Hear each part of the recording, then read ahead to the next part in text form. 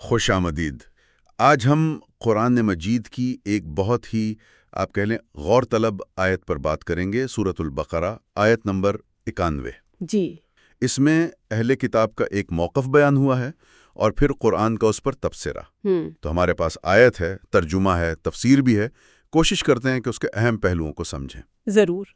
آیت میں پڑھ دیتا ہوں۔ اعوذ باللہ من الشیطان الرجیم، بسم اللہ الرحمن الرحیم۔ وَإِذَا قِيلَ لَهُمْ آمِنُوا بِمَا أَنزَلَ اللَّهُ قَالُوا نُؤْمِنُ بِمَا أُنزِلَ عَلَيْنَا وَيَكْفُرُونَ بِمَا وَرَاءَهُ وَهُوَ الْحَقُّ مُصَدِّقًا لِمَا مَعَهُمْ قُلْ فَلِمَ تَقْتُلُونَ أَنبِيَاءَ اللَّهِ مِن قَبْلُ إِن كُنتُم مُؤْمِنِينَ۔ سبحان اللہ۔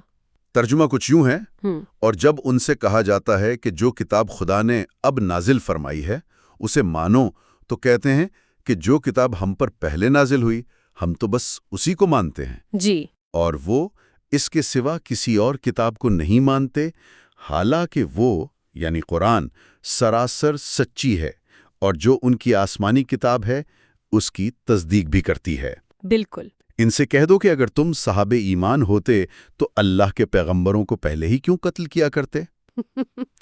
بڑا سخت سوال ہے آخر میں۔ جی بہت۔ تو پہلا حصہ دیکھتے ہیں۔ اہل کتاب یعنی یہود و نصارہ، ان سے کہا جا رہا ہے کہ اللہ کی نازل کردہ کتاب یعنی قرآن کو مانو۔ ہاں، تو ان کا جواب ہے کہ نہیں جی، ہم تو صرف اسے مانیں گے جو ہم پر اترا ہے، یعنی تورات یا انجیل اپنے اپنے حساب سے۔ جی بالکل۔ وہ کہتے ہیں نؤمن بما انزل علینا، اور جو کچھ اس کے علاوہ ہے وَيَكْفُرُونَ بِمَا وَرَاءَهُ، اس کا انکار کرتے ہیں۔ اچھا، تفسیر میں آتا ہے کہ ما انزل اللہ کا مطلب تو تمام آسمانی کتابیں ہیں، مگر وہ اسے اپنی کتاب تک محدود کر رہے تھے۔ یہی پر میرا خیال ہے قرآن کا جواب بہت دلچسپ ہو جاتا ہے۔ قرآن یہ نہیں کہہ رہا کہ تمہاری کتاب ٹھیک نہیں، نہیں، بالکل نہیں۔ بلکہ کہہ رہا ہے وَهُوَ الْحَقُّ مُصَدِّقًا لِمَا مَعَهُمْ، یعنی یہ قرآن تو حق ہے اور تصدیق کر رہا ہے اس کی جو تمہارے پاس پہلے سے ہے۔ بالکل، یہ نقطہ سمجھنے والا ہے۔ اگر قرآن تمہاری کتاب کی تصدیق کر رہا ہے تو قرآن کا انکار کرنا وہ تو ایک طرح سے اپنی ہی کتاب کے ایک حصے کا انکار ہوا نا۔ صحیح، مطلب اگر آپ قرآن کو نہیں مان رہے جو تورات کی تصدیق کر رہا ہے تو آپ گویا تورات پر بھی کامل ایمان نہیں رکھتے۔ جی بالکل، یہ ایک آپ کہہ لیں منطقی تضاد ہے ان کے اپنے دعوے میں۔ وہ کہہ رہے ہیں ہم اپنی کتاب کو مانتے ہیں لیکن اس کتاب کی تصدیق کرنے والی کتاب کو نہیں مانتے۔ اچھا، یہ تو ہوئی ایک بات۔ پھر آیت ایک تاریخی حوالہ دیتی ہے، ایک سوال پوچھتی ہے۔ جی، وہ سوال جو آپ نے کہا تھا بڑا سخت ہے۔ قُلْ فَلِمَ تَقْتُلُونَ أَنْبِيَاءَ اللَّهِ مِن قَبْلِ إِن كُنتُم مُؤْمِنِينَ۔ کہہ دیجئے اگر تم واقعی مومن تھے تو پہلے اللہ کے نبیوں کو قتل کیوں کرتے رہے؟ ہاں، اور یہاں ایک زبان کا پہلو بھی اہم ہے۔ فعل ماضی کا ہے من قبلو، پہلے، لیکن صیغہ حال کا ہے تقتلون، تم قتل کرتے ہو۔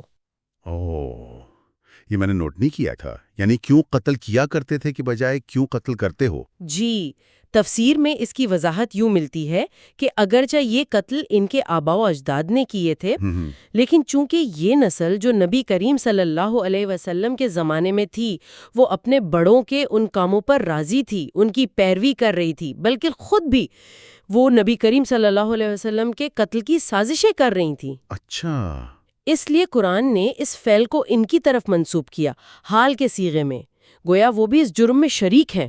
یہ تو بہت گہری بات ہے۔ مطلب صرف دل سے راضی ہونا یا اس روش پر چلنا بھی آپ کو پچھڑوں تھے عمل کا ذمہ دار بنا دیتا ہے؟ ایک طرح سے جی، یہ اجتماعی رویے اور نظریاتی تسلسل کی طرف اشارہ ہے۔ اور پھر دیکھیں ان کا اپنی کتاب پر ایمان کا دعویٰ کیسے کمزور پڑتا ہے۔ کیسے؟ ایک کرے تو لَتُؤْمِنُنَّ بِهِ وَلَتَنْصُرُنَّهُ، تم ضرور اس پر ایمان لاؤ گے اور ضرور اس کی مدد کرو گے۔ اچھا، تو تورات تو ماننے اور مدد کرنے کا کہہ رہی ہے۔ جی، ماننے اور مدد کرنے کا، جھٹلانے سے بھی منع کیا گیا ہے، تو قتل کرنا وہ تو ایمان کے دعوے کے ساتھ بالکل بھی میل نہیں کھاتا۔ تو خلاصہ یہ نکلا کہ آیت پہلے ان کے دعوے کو منطقی طور پر چیلنج کرتی ہے کہ قرآن تو تمہاری کتاب کی تصدیق کر رہا ہے، جی، اور پھر ان کے تاریخی عمل کو سامنے لا کر کہتی ہے کہ تمہارا عمل تو تمہاری اپنی کتاب کی تعلیمات کے بھی خلاف ہے، تو پھر ایمان کا دعویٰ کیسا؟ بالکل صحیح۔ یہ ایمان کے دعوے اور عملی رویے کے درمیان جو تعلق ہے اس کو بہت واضح کر دیتی ہے۔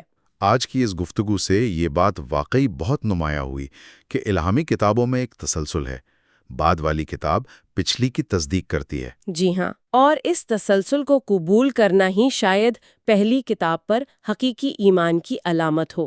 اور یہ آیت ایک سوال چھوڑ جاتی ہے ہر ایک کے لیے جو کسی نظریے یا عقیدے کو ماننے کا دعویٰ کرتا ہے۔ جی بالکل، وہ سوال یہ ہے کہ دعوے کی اصل کسوٹی کیا ہے؟